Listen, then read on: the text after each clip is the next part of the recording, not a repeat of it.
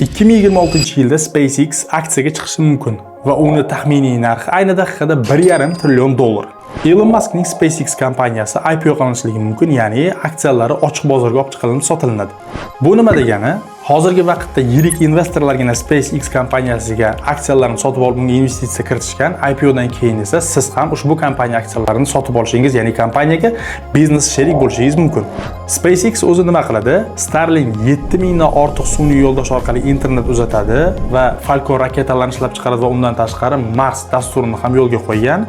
Nima uchun 1,5 trillion dollar?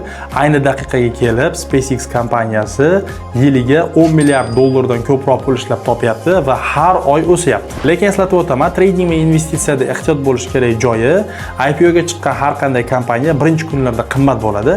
Aqlli investorlar esa ushbu kompaniya aksiyasini narxi qachonki arzonlashsa, ana undan keyin investitsiya kiritadi. SpaceX kabi kompaniyalarning IPOlari haqida ma'lumotlarga doim ega bo'lish uchun bizga obuna bo'ling va ushbu ma'lumotni trader yoki investor tanishingizga jo'natib qo'ying.